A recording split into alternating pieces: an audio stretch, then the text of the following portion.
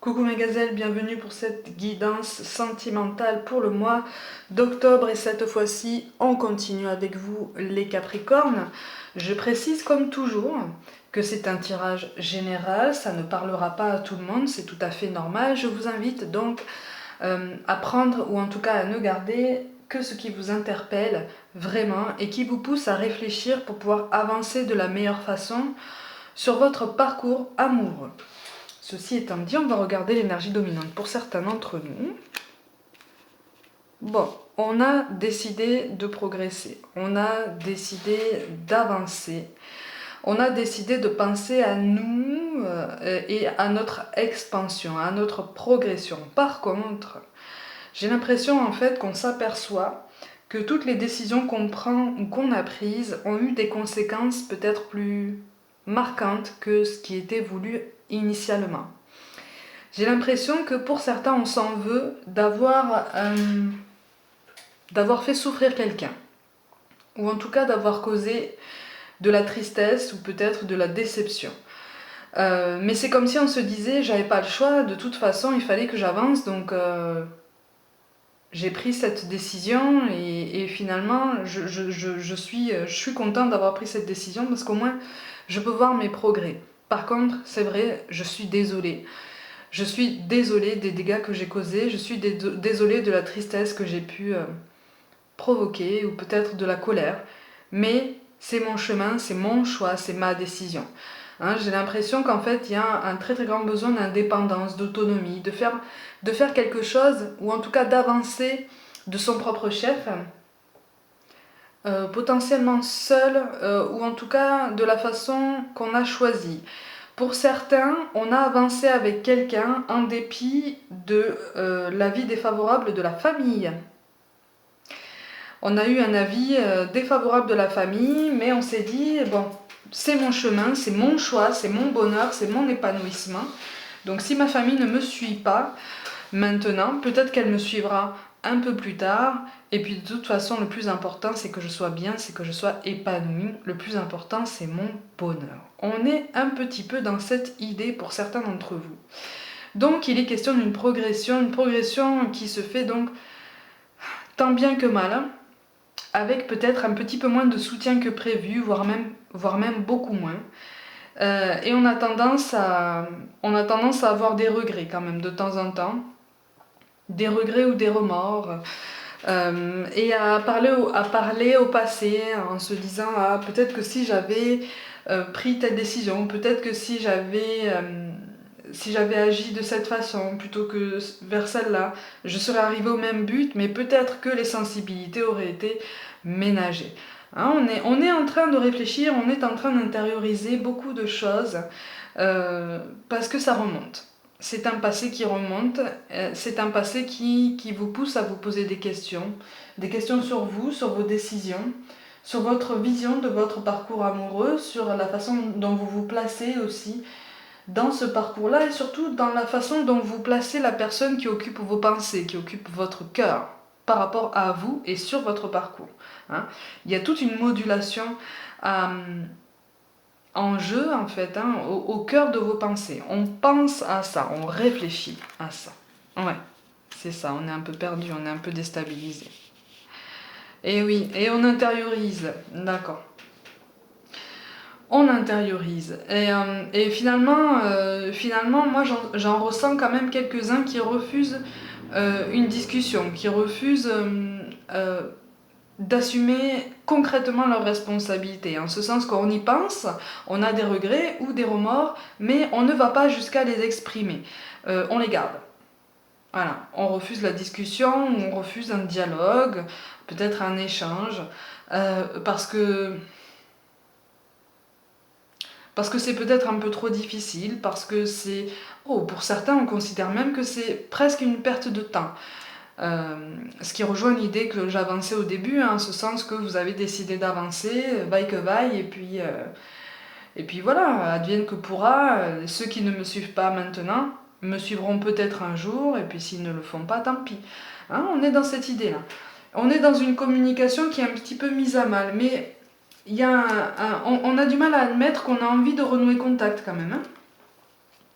on a envie d'arrondir les angles en fait. Alors je vous montre quand même les cartes de synthèse. Donc ce vers quoi vous allez, en fonction des décisions prises. Oui, donc de toute façon, on se pose des questions et donc du coup, il y a beaucoup d'hésitation pour le reste. Et effectivement. Quand je dis que on remet aussi en question, ou en tout cas on revoit la façon dont on place la personne qui occupe notre cœur et nos pensées dans notre parcours amoureux et par rapport à nous, ça n'est pas pour rien. Là, on remet en question une décision qu'on a prise euh, euh, euh, de l'avis contraire de la famille et que pour certains on commence à regretter, on commence à se poser des questions parce que ça n'est pas forcément tout rose tous les jours, hein. Ça n'est pas forcément aussi bien établi que ce qui était prévu.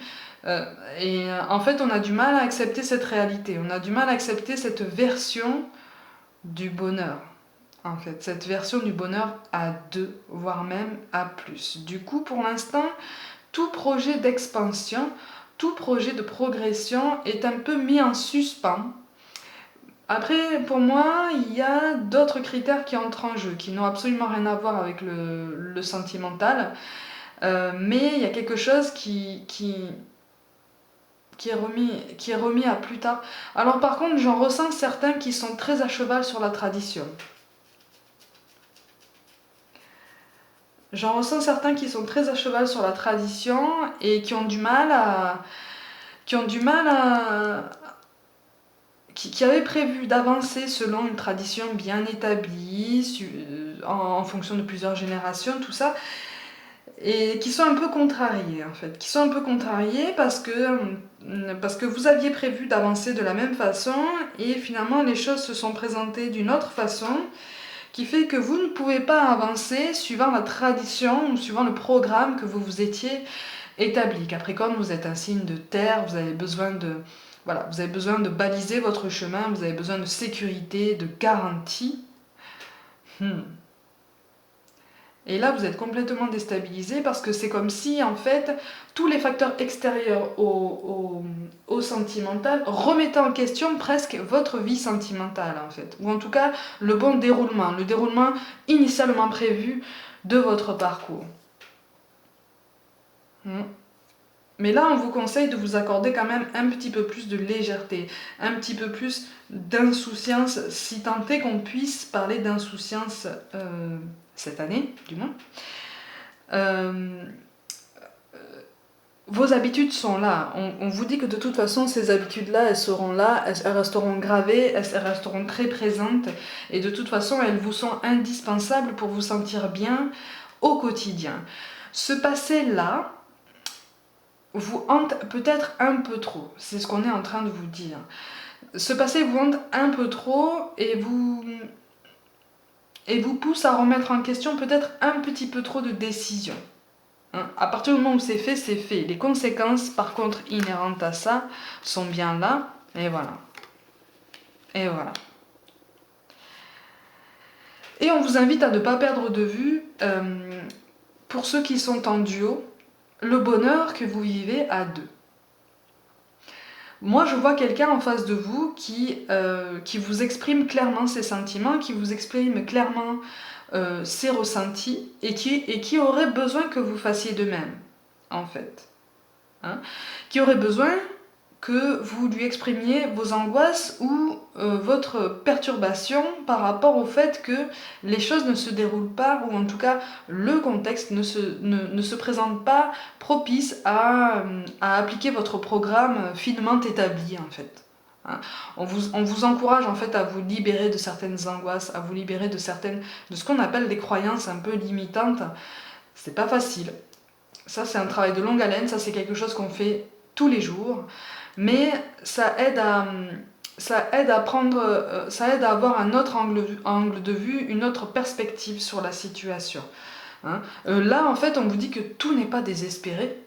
Au contraire, rien n'est désespéré, mais ne vous mettez pas trop de contraintes. Évitez de vous mettre aussi trop de pression pour faire les choses de façon presque parfaite, presque irréprochable. Absolument personne n'est parfait. Absolument personne ne mène une existence exemplaire avec des décisions irréprochables. Non, ça n'existe pas.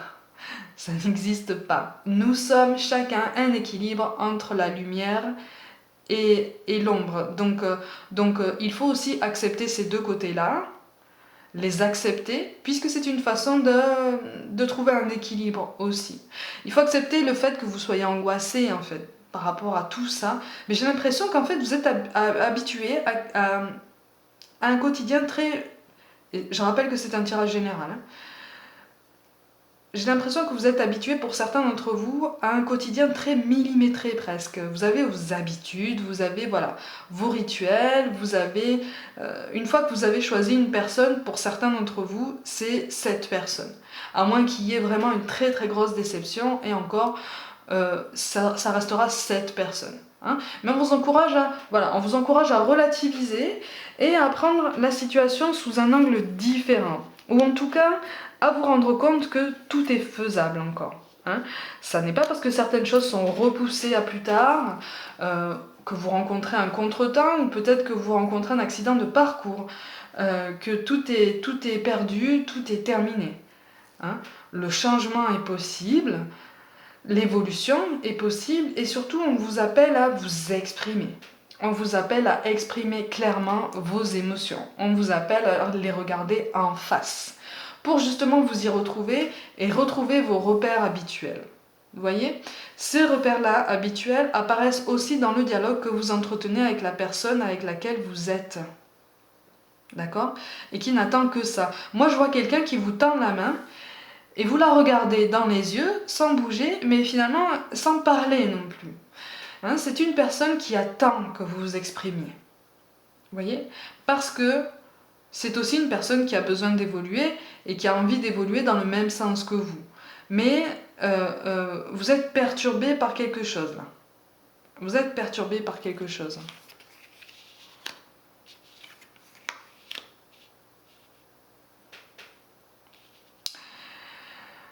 Ah, il y a peut-être un changement d'avis là, du coup. Ah, mais vous êtes carrément... Alors, soit c'est vous, soit c'est la personne en face de vous, mais il est question d'un changement d'avis par rapport à un programme établi. Par rapport à une vie à deux, par rapport à un engagement, par rapport peut-être à la fondation d'un foyer. C'est ça qui est perturbant. C'est ça qui est perturbant. On a changé d'avis. Ou alors vous avez peur que la personne en face de vous change d'avis. Mais il y a quelque chose qui ne se présente pas comme prévu. Alors pour certains, pour un très petit nombre d'entre vous, il y a un emménagement qui est retardé. Il y a un emménagement ensemble avec tout ce qui peut suivre ensuite, qui est retardé. Et ça vous contrarie énormément.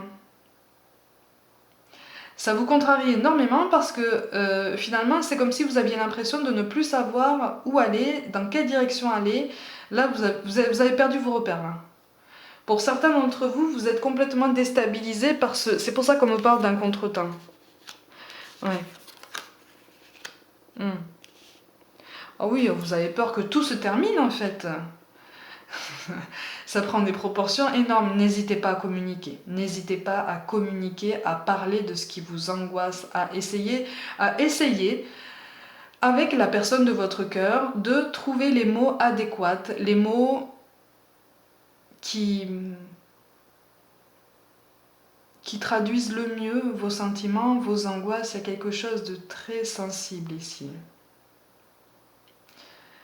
Il y a quelque chose de très sensible. Alors, pour d'autres aussi, pour un autre petit nombre d'entre vous, il est question d'un doute. Il est question d'un doute par rapport à potentiellement quelqu'un du passé qui pourrait revenir, alors soit vers vous, soit vers la personne de votre cœur. Et donc du coup, l'un de vous doute de vouloir s'engager. Il y a un doute. Ou en tout cas, ce doute, on ne l'exprime pas. Ça tourne, ça tourne, ça tourne. ça tourne, et puis on culpabilise d'avoir ce doute, on culpabilise de ne pas l'exprimer. Ouh. Encore une fois, posez des mots, prenez le temps de peser les mots justement, et de les poser pour pouvoir vraiment vous exprimer, parce que là en face de vous, on comprend pas. Hein. En face de vous, on comprend pas. Aïe, aïe, aïe. Et pour un cas très particulier, je pense que c'est pour un très petit nombre d'entre vous aussi.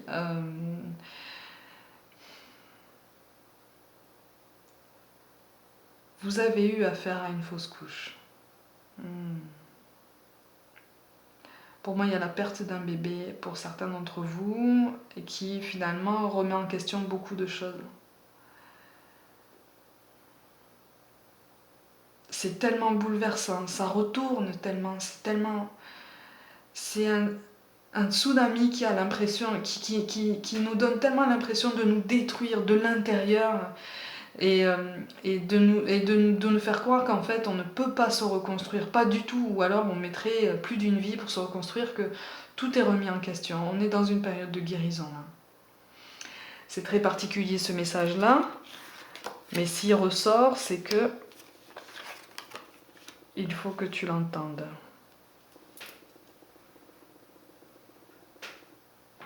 Ouais, on a besoin d'un renouveau là. Alors pour certains qui ont vu ou qui sont sur le point de voir le retour de quelqu'un du passé, et en fait on vous dit de faire un choix. On vous dit de faire un choix et de vous y tenir, en ce sens que on vous dit certes, ok, bon, la personne du passé revient, tu as peut-être des questions qui sont restées en suspens, tu as peut-être des réponses à donner, ok, donne-les, pose tes questions. Mais une fois que tu as eu tes réponses, prends une décision, mais ne tarde pas trop en fait. Ne tarde pas trop, parce que là j'ai l'impression qu'en fait on freine. Ben voilà, c'est ça. On freine, on se pose des questions, mais finalement rien n'avance quoi, et on est frustré, ça laisse place à beaucoup de frustration, et un besoin de consolation. Attention. Pour ceux qui ont envie de fonder un foyer et dont le projet est juste remis un petit peu à plus tard, on vous dit garde espoir. Garde espoir. Les efforts que tu fournis aujourd'hui pour te rétablir, pour guérir, pour avancer ensemble, ils vont porter leurs fruits. Ça va être efficace. Garde espoir. Ouais. On vous dit de continuer, ou en tout cas de commencer à vous exprimer, à exprimer vos sentiments, à regarder en face vos émotions, à les accueillir aussi. Quel que soit le cas de figure, effectivement, on vous encourage à accueillir les émotions, et voilà. Et à réfléchir pour mieux prendre une décision.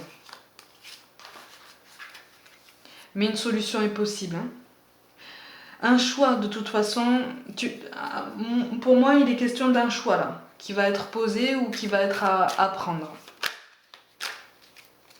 Alors, tu n'as pas encore toutes les réponses, mais elles arrivent.